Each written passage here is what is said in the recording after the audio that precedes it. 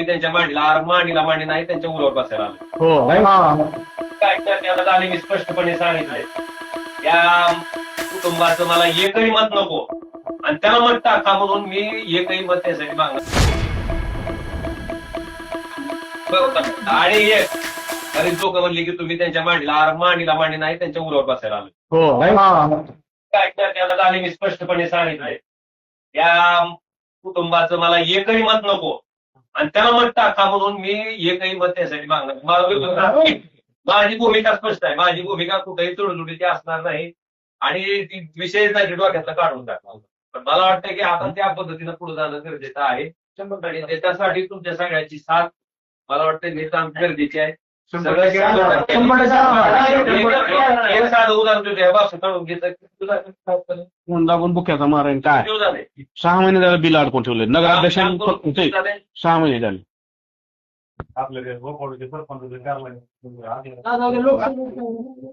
आज सामान्य माणसानं मला आज इथपर्यंत पोहोचवलंय. त्याच्यामुळं निश्चितपणे त्या माणसाचा मला वाटतं पहिला अधिकार आहे. तर त्यांच्याशी चर्चा करून मला जो काही राजकीय निर्णय ठरवायचा तो ठरवेल. माझ्या निस्त्यात चर्चेनं जर मी 3 दिवसात इतका वाईट होत असेल तर खरंच इतका वाईट आहे का मी? रील स्टार म्हणून माझी नवनी करते. रील स्टार असलेल्या माणसाला लोक मत टाकतात का? मी काल सांगितल्या पद्धतीनं आज धाराशिव मध्ये जातोय. माझ्या कार्यकर्त्यांना मी वेळ दिली 4 वाजताची. धाराशिव मध्ये गोर्धनवाडी या ठिकाणी मी सगळ्यांना बोलवलंय. सगळ्यांशी चर्चा करून मग मी माझा निर्णय त्या ठिकाणी जाहीर तुम्ही करेन. सही केलेली आहे की नाही या प्रश्नाचं हो किंवा नाही असं उत्तर द्या. तुम्हाला काय जे उत्तर आहे माझी काय भूमिका आहे ती माझ्या कार्यकर्त्याशी चर्चा करून मी तुम्हाला सगळ्या बाबतीत एवढं सांगतो की मी ज्या पद्धतीनं सांगितलं की ही कलियुग आहे. काल मला वाटतं 2003 जून 2006 जी दुःख आणि यातना आम्ही आमच्या सगळ्या परिवारानं समदकाजीच्या परिवारानं भोगली. मला वाटतंय काल 20 वर्षाच्या नंतर तीच दुःख तीच यातना त्याच दिवशी, कारण माझ्या वडिलांचं 3 जून 2006 रोजी अशा पद्धतीनं गोळ्या झाडून हत्या केली होती आणि काल त्या दिवशी शनिवार होता आणि दुर्दैवानं कालच्या निकाल सुद्धा शनिवारीच होता.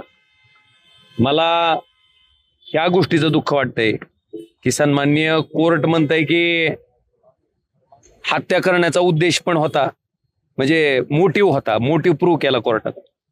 सन्माननीय कोर्ट म्हणलं की राजकीय वैमनस्य होतं, पण दुर्दैवानं मग मारलं कुणी?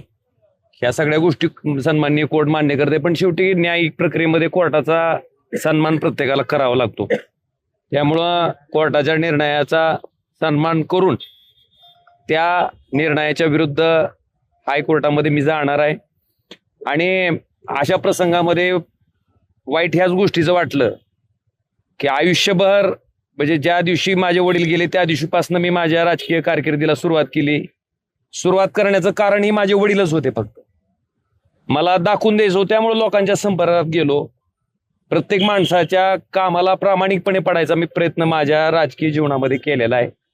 सामान्य लोकही सगळं जाणतात, पण एवढ्या सगळ्या चांगल्या कामाचं मला वाटत होतं की जो न्याय मी स्वतः त्यांचा मुलगा म्हणून आणि माझा परिवार त्या ठिकाणी मागत होता, दुर्दैवानं तो न्याय काय मला त्या ठिकाणी भेटू शकला नाही.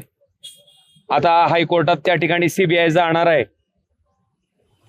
सीबीआय हायकोर्टात गेल्याच्या नंतर त्या ठिकाणी ज्या कोर्टातल्या सगळ्या गोष्टी तपासातल्या समोर आल्यात खालच्या ट्रायल कोर्टामध्ये, त्याच्या बाबतीत ह्या निर्णयाच्या विरुद्ध त्या ठिकाणी आम्ही दाद मागणार आहेत. अपेक्षा इतकीच आहे की त्या तपासाचा सीबीआयनं जो तपास केलाय त्या तपासाचा सगळा अँगल बघून त्या ठिकाणी हायकोर्टानं न्याय द्यावा. आज फादर्स डे आहे. आज फादर्स डे आहे. फादर्स डेच्या दिवशी तुम्ही तुमचा निर्णय घेताय, तर या सगळ्या योगायोगाकडे कसं पाहत? आज फादर्स डे लक्षात घ्या, माझ्या आयुष्यात माझ्या राजकारणाची सुरुवात, माझ्या राजकीय जीवनाची सुरुवात करण्यामागचं कारण ही माझ्या वडिलांची हत्या होती, ती राजकीय होती. आणि ह्या जन्मात तरी त्या माणसाचं राजकारण साध्य होऊ द्यायचं नाही.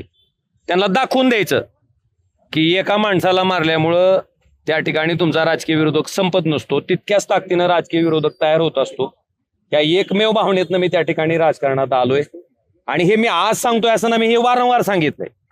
आणि मग त्याच्यासाठी सामान्य माणसाच्या संपर्कात आलो. आज सामान्य माणसानं मला आज इथपर्यंत पोहोचवलंय. त्याच्यामुळं निश्चितपणे त्या माणसाचा मला वाटतं पहिला अधिकार आहे. तर त्यांच्याशी चर्चा करून मला जो काही राजकीय निर्णय ठरवायचा तो ठरवेल.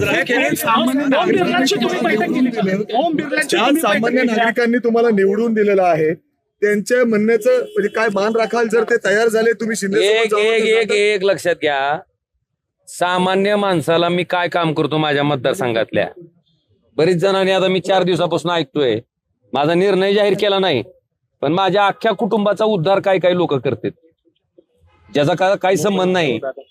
कारण ओमराजे ज्याच्या कामाला पडलाय, ओमराजे ज्याच्यासाठी झाटलाय, ज्याला ओमराजे त्याच्या घरातला माणूस वाटतंय, मला वाटतं ती माणूस तर त्याच्या घरातल्या माणसाला म्हणजे त्याच्या कुटुंबातल्या व्यक्तीचा अशा पद्धतीने उद्धार करेल मला वाटत नाही. पण काही लोकांनी केला, सहन केलं, मी तेही सहन केलं. पण मला एवढंच म्हणायचंय की ह्या राजकीय प्रक्रियेमध्ये माझ्या कुटुंबानं नेमकं तुमचं काय वाटोळं केलंय, माझ्या कुटुंबातल्या कुठल्या व्यक्तीनं तुम्हाला त्रास दिलाय. बरं, माझ्या निस्त्यात चर्चेनं जर मी 3 दिवसात इतका वाईट होत असेल तर खरंच इतका वाईट आहे का मी? बरं, रील स्टार म्हणून माझी विनवणी करते. रील स्टार असलेल्या माणसाला लोक मदत टाकतात का? बैठकीला चर्चा सुरू झाली. आणि एक एवढं सांगतो तुम्हाला साहेब, माझ्या वडिलांच्या केसचा निकाल होता. 16 तारीख ठरली होती. 16 तारखेची 20 तारीख आली. 20 वर्ष आम्ही त्या केससाठी झटतोय.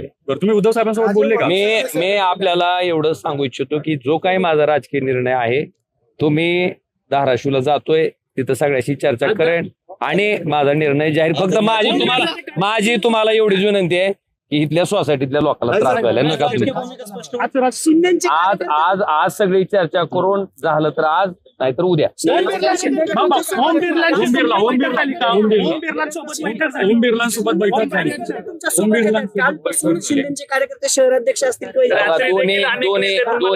दोन्ही पक्षाची भावना आहे. दोन्ही पक्षाचे कार्यकर्ते आहेत. मी का कोण मला सोबत यावं, कोण सोबत राहावं ह्याच्याबद्दल मी ठरवू शकत नाही. आता तुम्ही जर आलेत माझ्या बरोबर, जर यायचं ठरविलं तर मला अरे थांब ना बाबा, मी तुम्हाला म्हणू शकतो का की नाही ना तुम्ही यायचं नाही माझ्यासोबत?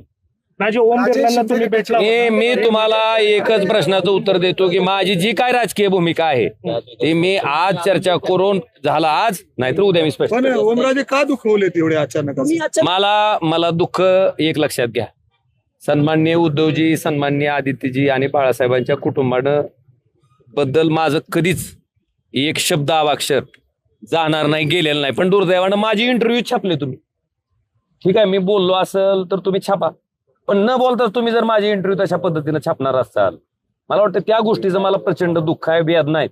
मी एक लक्षात घ्या, साधा विषय सांगतो मी. लोकसभा असेल, विधानसभा असेल, ह्या निवडणुकीमध्ये निश्चितपणे लोक पाठीशी राहिले. प्रचंड पैशाची ताकद, सगळी ताकद असताना सुद्धा. पण ज्या स्थानिक स्वराज्य संस्थेच्या निवडणुका झाल्या, तुमच्या माहितीसाठी माझ्या लोकसभा कार्यक्षेत्रामध्ये जेवढ्या पंचायत समिती आहेत, जेवढ्या नगरपालिका आहेत, त्या सगळ्या ठिकाणी अख्ख्या लोकसभेत एक सुद्धा पंचायत समिती माझी निवडून येऊ शकली नाही. एक सुद्धा नगरपालिका माझी निवडून येऊ शकली नाही. मग खरंच आम्ही इतके वाईट आहेत का? मी असेल, आमदार कैलास पाटील असतील, प्रवीण स्वामी असतील, सोपल साहेब असतील, आम्ही 24 तास लोकांसाठी देतो. तुम्ही लोकांना विचारा, मी म्हणतोय म्हणून माझ्या शब्दावर विश्वास ठेवू नका. आम्ही लोकांसाठी उपलब्ध आहेत का नाहीत? आम्ही त्यांच्यासाठी काम करतो का नाही? मग अशा परिस्थितीत मशाल ह्या चिन्हावर उभारलेल्या आमच्या लोकांना पराभवाचं तोंड का बघावं लागलं? आणि इतकं वाईट, माझा आज सोमनाथ गुरव नावाचा कार्यकर्ता धाराशिवमध्ये निवडणूक लढत होता. 3ऱ्या नंबरला जावं, 24 तास लोकांसाठी उपलब्ध असणारा कार्यकर्ता. मला त्याच प्रश्नाचा शोध घ्यायचा आहे. मला एक लक्षात घ्या, मी तुम्हाला एक सांगतो, पक्ष नेतृत्वाबद्दल कृपा करून तुम्ही मला म्हणू नका. शेवटी आमच्या कामावरच मत टाकणार होतो ना तुम्ही. का आम्हाला हेटाळलं? का आमची हेटाळणी, आमच्या कार्यकर्त्याची हेटाळणी का झाली? आणि एक लक्षात घ्या की प्रश्न आहे माझ्या मनाला, त्या लाखो कार्यकर्त्याला प्रश्न आहे की बाबा आम्ही निष्ठावंत होतो, आम्ही तुमच्यासाठी उभारलो होतो, आम्ही काम. बरं, असं काही ड्रग डीलर आणून उभा केला नव्हता मी. माझा माणूस गुन्हेगारी पार्श्वभूमी असणारा नव्हता, लोकांसाठी काम करणारा होता, लोकांसाठी झटणारा. आणि ऐका, असं सगळं असताना आमच्या लोकांना पराभवाचं तोंड पाहावं लागलं, ही वस्तुस्थिती आहे. आणि म्हणून मला त्याच्याबद्दल काय म्हणायचं नाही, पण त्याचा शोध मला घ्यायचा आहे. आणि मी आज तुम्हाला एवढंच सांगतो की जो काही निर्णय घ्यायचा आहे मी आज चर्चा साहेब करू. सत्तेत गेल्यानंतर हे सगळं बदलेल असं वाटतं का तुम्हाला? मी अरे माझा निर्णय तर होती नाही, साहेब,